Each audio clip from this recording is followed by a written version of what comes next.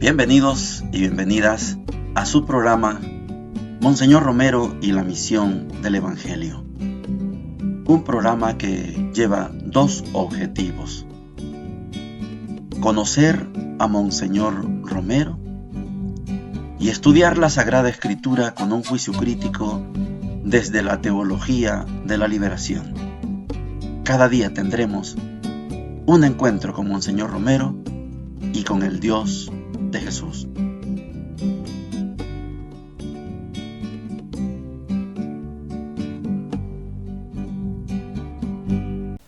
Hola, ¿qué tal? Este es su programa Monseñor Romero y la misión del Evangelio. Estamos en el domingo 16 del tiempo ordinario. Son 34 y vamos avanzando. Estamos en el 16. El otro domingo estaríamos a la mitad del año litúrgico, del año en el tiempo ordinario. En la primera parte, por si usted no se enojó la primera vez, yo espero que hoy se enoje, se indigne, use la palabra que quiera, contra ese obispo de la diócesis de San Vicente. Ya vamos a ver por qué. Monseñor comienza una reunión con el Senado Presbiteral, analizando eso que ha pasado ahí con el obispo. ¿Cómo un obispo puede acusar, señalar a sus sacerdotes? ¿Cómo puede hacer eso un obispo? Prácticamente los expone a que el ejército diga: ya ven, esos curas andan con la guerrilla, matémoslo, y hubieran matado un montón de sacerdotes. Ya llevaban 6 y falta uno, hubieran sido varios. Entonces Monseñor está con el Senado Presbiteral analizando esta situación. Y lo otro que están analizando son las tomas, la ocupación de los templos. Estuvo ocupada la catedral, estuvo ocupada la iglesia del Rosario, estuvo ocupada la iglesia del Calvario, y no son las únicas veces, habrá más acusaciones. El tema de las ocupaciones se acordó estudiarlo más adelante, pero sobre el primer punto, sobre esta barbaridad hecha por el obispo de San Vicente, Monseñor Aparicio, se toma un acuerdo de ir a visitarlo para, si es que hay pruebas, que las dé. Y van a ir por parte de la arquidiócesis. También pedirle que busque la unidad en la conferencia episcopal. Monseñor está preocupado por esa división entre dos grupos dentro de los mismos obispos. Somos antitestimonio. Van a eso. Otra cosa es que hay un sacerdote, el padre Quintero, un sacerdote complicado, ya no está ejerciendo, gracias a Dios, ya no está ejerciendo. Pero Monseñor reconoce que él quiere reconciliarse, quiere volver a la arquidiócesis después de semejante escándalo que hizo allá en Quezaltepeque, donde prácticamente hizo un cisma en el pueblo. A él le dieron un cambio y dijo: yo no me voy de aquí, y mucha gente lo apoyó y se armó una gran pelea. Pues Monseñor llegó y dijo: yo soy la autoridad, y se van, ustedes se salen de aquí, y los que lo siguen son cismáticos. Y puso un nuevo sacerdote y sacaron a Quinteros, pero es un problema. Y Monseñor después pide que le ayuden, porque él dice, es que el padre Quinteros tiene serios trastornos mentales. Sencillo, pero hay que ayudarlo. No como el obispo de San Vicente, que hay que matarlo, ¿verdad? No se trata de eso. Bueno, viene el punto de inflexión, punto de dolor, de rabia, por lo menos de indignación. Viene el padre David. El padre David lo conocemos mucho nosotros. El padre David Rodríguez es un sacerdote que finalmente, aquí todavía no, finalmente hizo opción por incorporarse a la guerrilla, padre David Rodríguez. Pero en este momento él estaba como sacerdote en la diócesis, él trabajaba en Tecoluca. Y llega a reunirse con Monseñor, con el grupo. Y les cuenta que ha habido una segunda homilía. Otra vez, lo mismo. una nueva homilía de Monseñor Aparicio el siguiente domingo, en que hubo graves acusaciones para la arquidiócesis. Ahora la agarró con la arquidiócesis. Y prohibió la lectura del periódico Orientación. Es el obispo. Hay otros obispos que decían, no oigan a YSX, no oigan a Monseñor Romero. Así estaba la situación entre obispos. Y Monseñor no necesita tener enemigos de esa clase. Suficiente con el enemigo gobierno, suficiente con el enemigo escuadrón de la muerte, suficiente con el enemigo oligarquía. Otros enemigos más, los obispos. Después, Monseñor Urioste le rinde informe a Monseñor cómo le fue con la reunión del director de migración a propósito de las hermanas que trabajan en Arcatao. No era cierto que estaba coordinado con el cónsul de México. Queda al descubierto, ese director de migración le falta respeto a Monseñor Urioste. Monseñor Urioste, con un temple bonito, lo sacude. ¿Usted está hablando en nombre del gobierno o en nombre suyo? Y tuvo que decir, perdón, Monseñor. Perdón, Monseñor. Pide disculpas.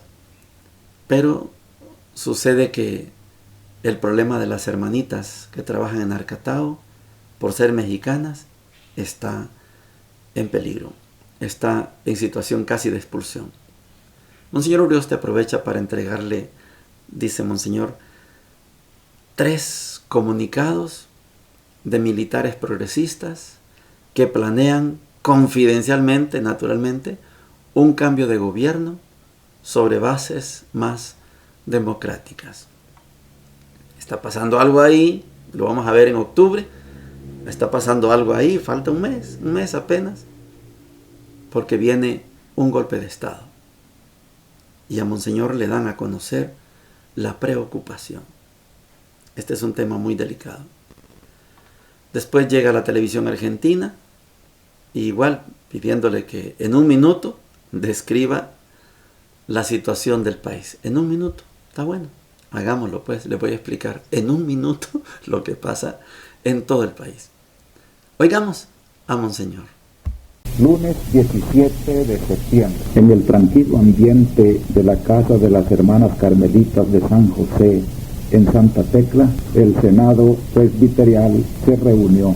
Los puntos principales fueron analizar las acusaciones graves que ha hecho Monseñor Aparicio en su homilía del domingo recién pasado, diciendo que los sacerdotes que han muerto asesinados han sido matados por grupos de izquierda que no les permitieron retroceder. El otro punto fue un análisis sobre la ocupación de los templos. En el primer punto se acordó ir a visitar a Monseñor Aparicio por parte de la arquidiócesis que se siente afectada y hacerle ver lo grave de su acusación, el apoyo que esto presta a los asesinos de los sacerdotes, pedirle pruebas porque necesitamos conocerlas si existen en verdad y pedirle un esfuerzo de unidad con el episcopado para defender y no para acusar los derechos de nuestros sacerdotes y de nuestro pueblo. Al mismo tiempo se prepara una información lo más objetivamente posible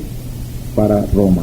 Acerca de la ocupación de templos, se acordó más bien estudiar esto más despacio en una junta específica que se encargó organizar al padre Federico Sanjano, párroco del Calvario, que ha sido una de las iglesias más molestadas por la ocupación.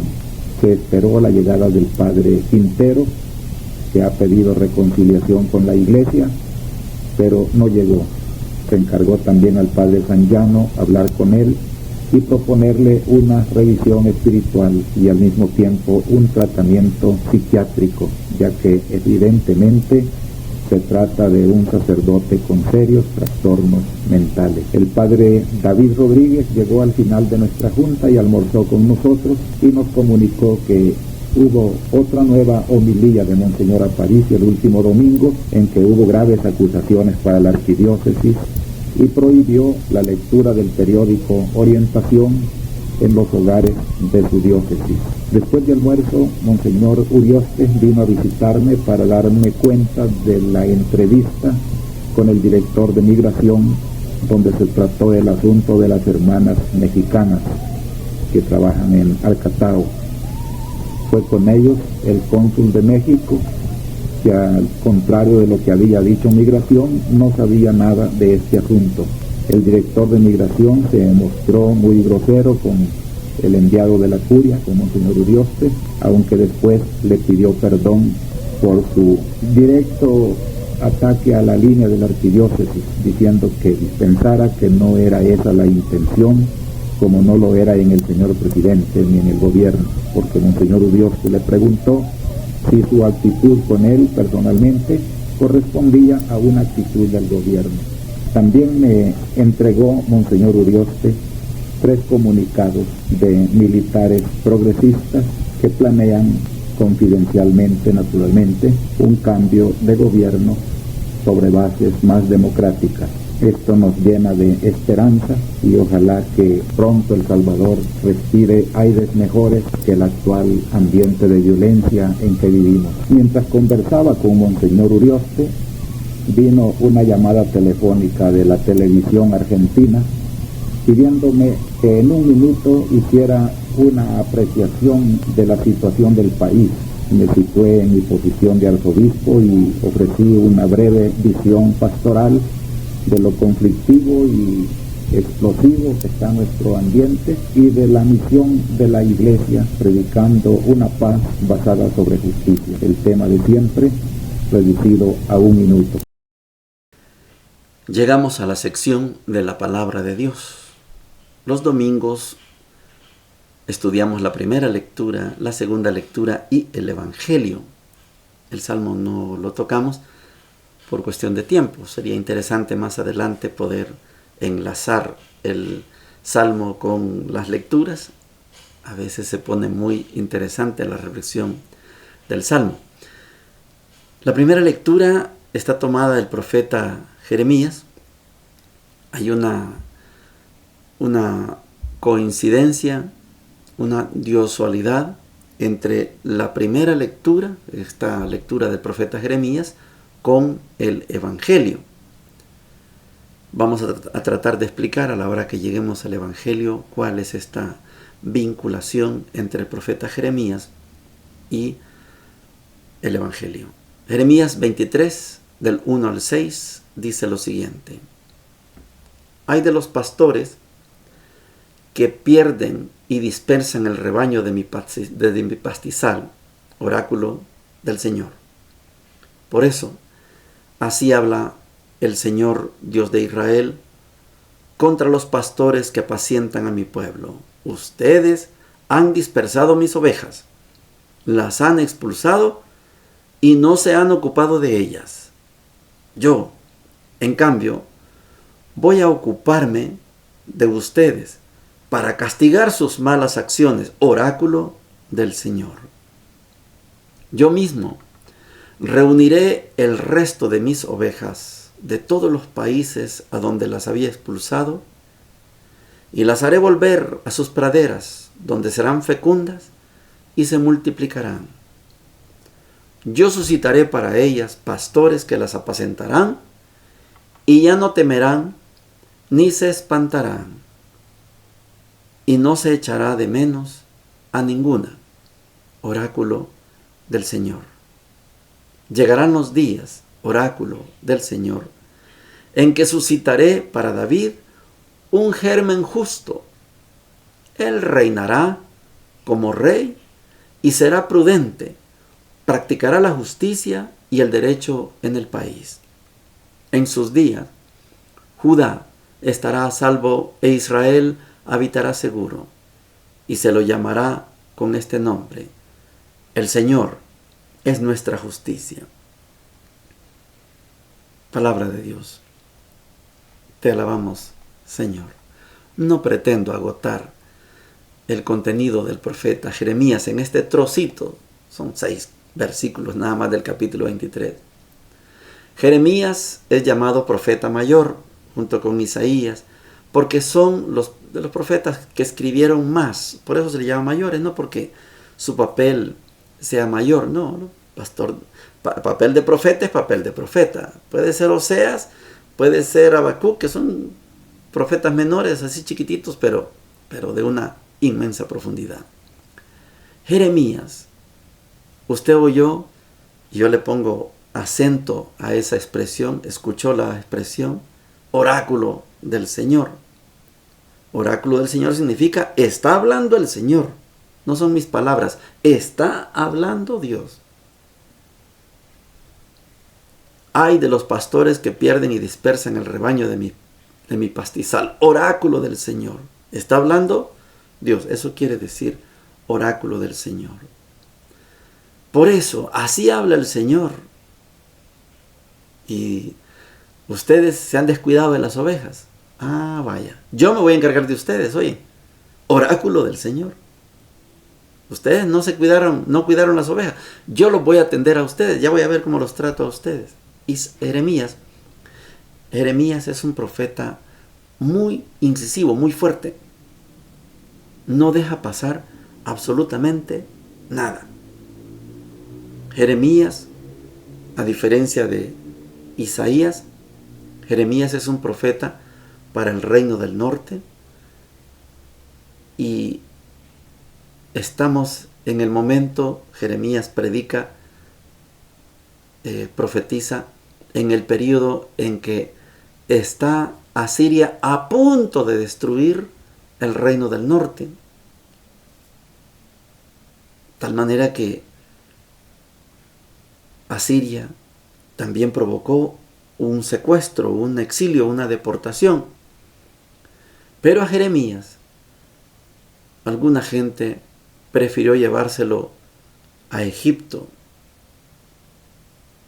preso, pero a Egipto, no a Damasco, no a Nínive, no, se lo llevaron a Egipto. Pero esta sentencia de Jeremías es toda una queja porque descuidaron a sus ovejas. Ah, bueno, ustedes no cuidaron las ovejas, bueno, ahora lo voy a cuidar yo. Voy a enviar a un vástago, a un germen de David, y él va a gobernar. Y les voy a poner pastores que de verdad cuiden las ovejas. Esto es una alusión a la esperanza que tenía el pueblo de Israel sobre un Mesías al estilo judío. Aclaro, lo de Jeremías es un Mesías al estilo judío. Hay estos dos profetas, no da el tiempo, pero a mí me pica la lengua por explicar esto, porque me gusta cómo Isaías, igual que Jeremías, sueñan que Judá va a ser el centro del mundo. Isaías más que Jeremías. Pero van a venir todas las ovejas a donde las dispersé, van a venir a Judá y se van a juntar aquí. Y también las de Israel, reino del norte, también. Y nadie las va a abandonar. Esta es una visión universalista, más fuerte en Isaías que en Jeremías, pero que todos los pueblos, que todas las ovejas perdidas de Israel van a volver y van a apacentar, van a comer pasto en su tierra, en la tierra prometida. Ya sabemos que Jesús hace un cambio de planes, fuerte el cambio de plan que hace Jesús, pero aquí hay una advertencia. Va a venir una persona, el Mesías, descendiente de David, y él va a ser el buen pastor. Y todos los pueblos, todos los israelitas y los judíos y todos los del pueblo de Dios van a regresar a su tierra. Vamos a hacer este vínculo allá en el Evangelio. Vamos a la segunda lectura. Efesios capítulo 2 del 13 al 18 dice lo siguiente: hermanos, ahora en Cristo Jesús, ustedes, los que antes estaban lejos, han sido acercados por la sangre de Cristo. Porque Cristo es nuestra paz. Él ha unido a los dos pueblos en uno solo, derribando el muro de enemistad que los separaba y aboliendo en su propia carne la ley con sus mandamientos y prescripciones.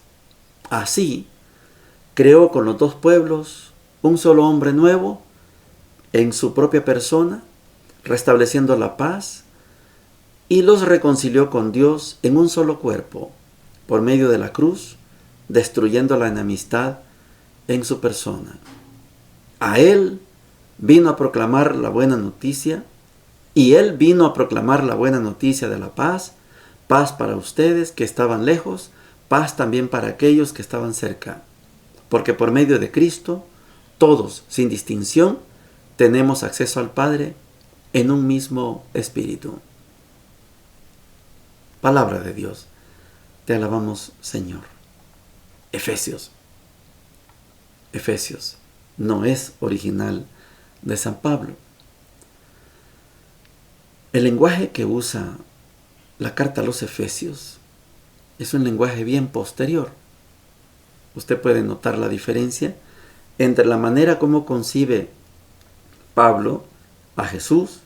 Sí lo concibe como Mesías, pero nunca como el Hijo del Padre. Esta es una concepción que vino muy posterior. ¿Recuerdan? Cuando las herejías, sobre todo dos herejías fuertes, una decía que Jesús era solo hombre, otro decía que Jesús era solo Dios. Las dos son herejías. Hasta que la iglesia decreta el dogma, eso es un dogma porque no hay manera de definirlo bien en la Biblia, no dio tiempo para que lo definieran, hasta que venga el dogma que diga Jesucristo es verdadero Dios y verdadero hombre. Ya hubiera querido San Pablo tener esa concepción.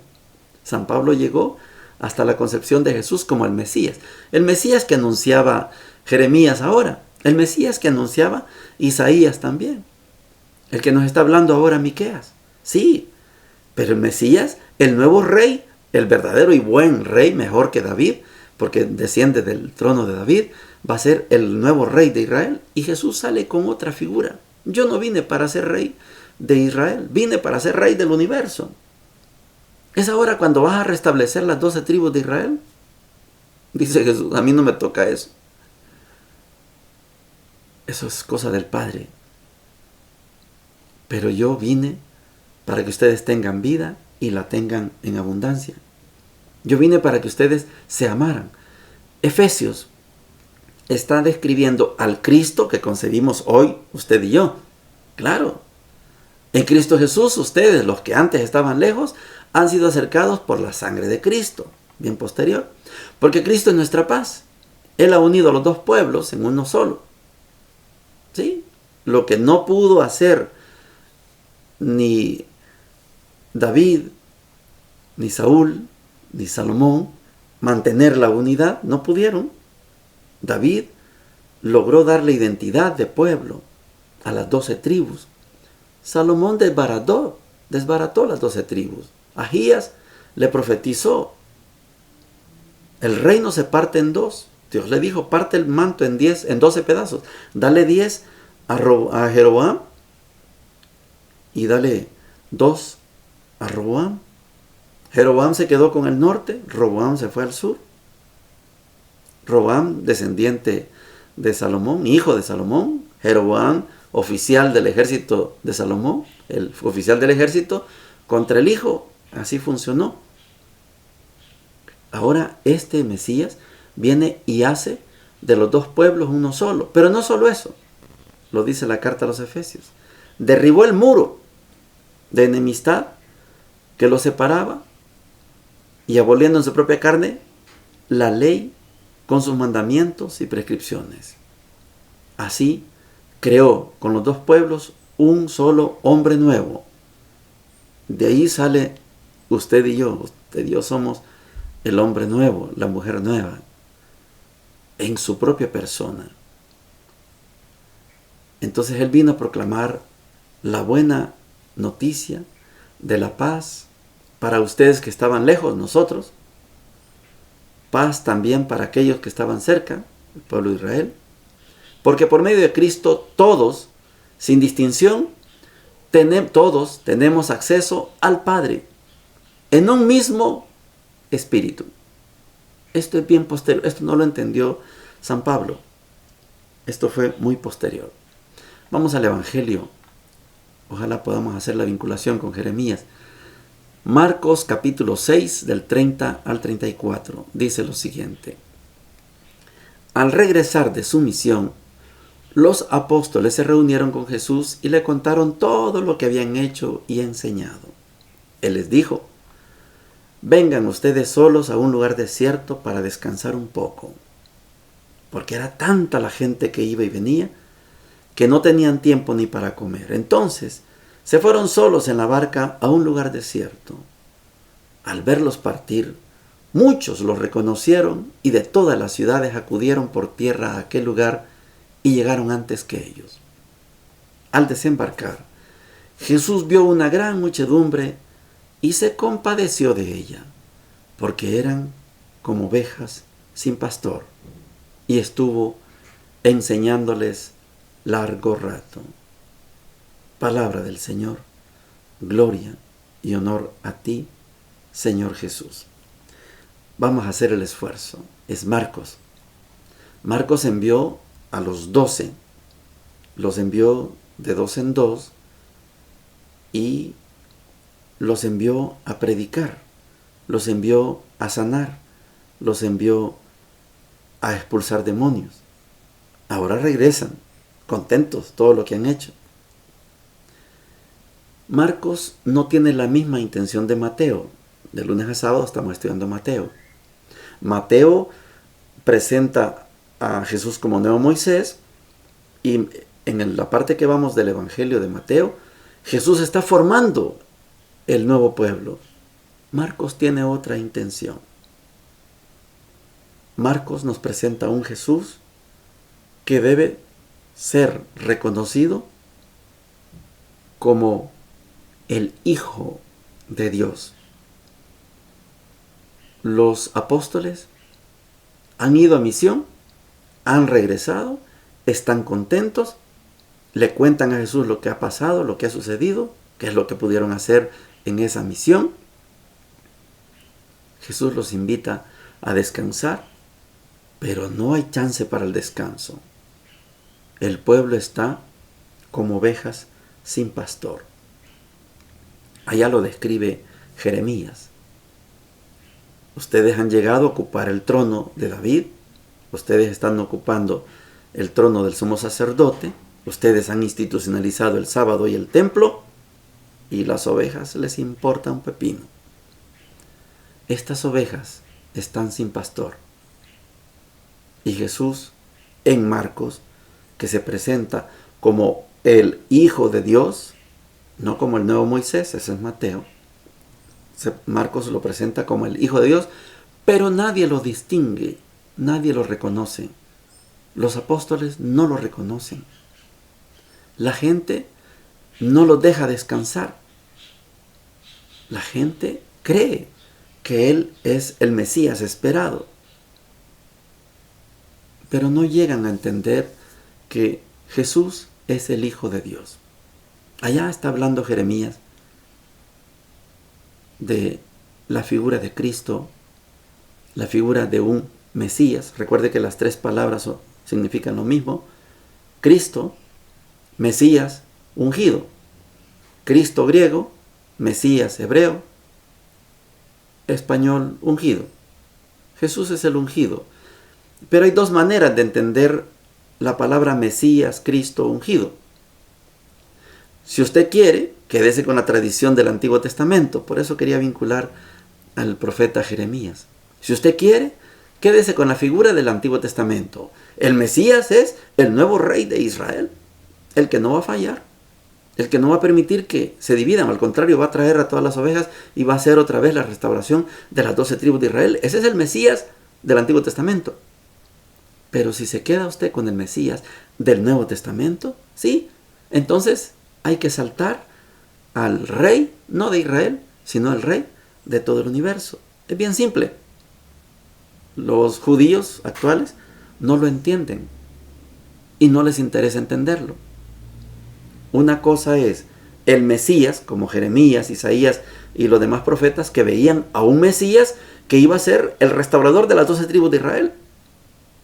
El nuevo rey de Israel que no les iba a fallar, el verdadero pastor, el verdadero profeta, el verdadero Mesías, el Cristo, el ungido, sí, pero para Israel, para hacer grande a Israel, Lo que no pudo hacer Saúl, David, Salomón, Jeroboam, Roboam, Joás, Ahab, Acaz, etc. Todos los reyes de Israel, lo que no lograron ellos, va a venir un rey.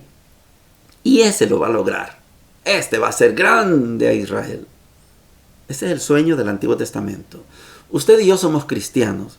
Y nuestro tipo de entender, nuestro modo de entender a Isaías, a Jeremías, es un Mesías, sí, Jeremías. Un Mesías, sí, Isaías. Sí, Miqueas, sí, Amós, sí, Ezequiel, sí, todos los profetas, sí, un Mesías. Pero no como ustedes lo entendieron. Sino un Mesías, un Cristo, un ungido, pero no para ser rey de Israel, sino para ser rey del universo. Por eso a Cristo le damos permanentemente el título: yo te adoro, Cristo, rey de las naciones, rey de todas las naciones. Este es el Cristo de nosotros y nosotras. Este es el Cristo del que habla la carta a los Efesios, que no es original de San Pablo. Cristo tuvo, por su sangre, tuvo la capacidad de unir a todos los pueblos, no solo a Israel y Judá, las 12 tribus, no, a todos los pueblos. Nos dio acceso al Padre por el Espíritu, nos hizo hijos y nos hizo herederos de la multiforme gracia. Todas estas cosas se dicen muy bien y usted y yo debemos asumirlas, debemos vivirlas. Nosotros tenemos un Mesías, sí, pero no es el Mesías entendido y esperado en el Antiguo Testamento. No, ese Mesías, no. Jesús es más que ese Mesías, Rey de Israel. Por esto yo les he dicho, este programa yo lo hago sin fundamentalismos. Yo no entiendo la lectura ni le explico al pie de la letra. Así dice, así es. No, yo no soy fundamentalista. No soy proselitista, no me interesa que usted se haga católico como yo soy católico, no me interesa. Siga usted en su iglesia donde vaya, pero por lo menos, si, aunque sea por cultura general, comprenda los textos de otra manera. Ubique el contenido según la razón para la cual se escribió. Y tercero, este programa no es pro Israel. Yo no defiendo a ese Israel asesino, invasor, lo denuncio. Esa es la verdad. Este Israel no es el pueblo de Dios, es un pueblo asesino. Es un pueblo formado por magnates económicos, magnates imperialistas. Este no es el Israel del Antiguo Testamento. Estos son asesinos, peores que Adolfo Hitler. Ellos fueron víctimas de Adolfo Hitler. Sí, ellos salieron peor que Adolfo Hitler. Hitler ya está muerto. Los que mató, pero este sigue matando y no piensa cambiar. Este programa no es proselitista, no es fundamentalista y no es pro-Israel. Aquí estoy dándole con claridad cómo se entendía el Mesías en el Antiguo Testamento y cómo entendemos el Mesías hoy. El Mesías del Antiguo Testamento, Rey de Israel, pueblo de Israel. El Mesías nuestro, Rey de todas las naciones.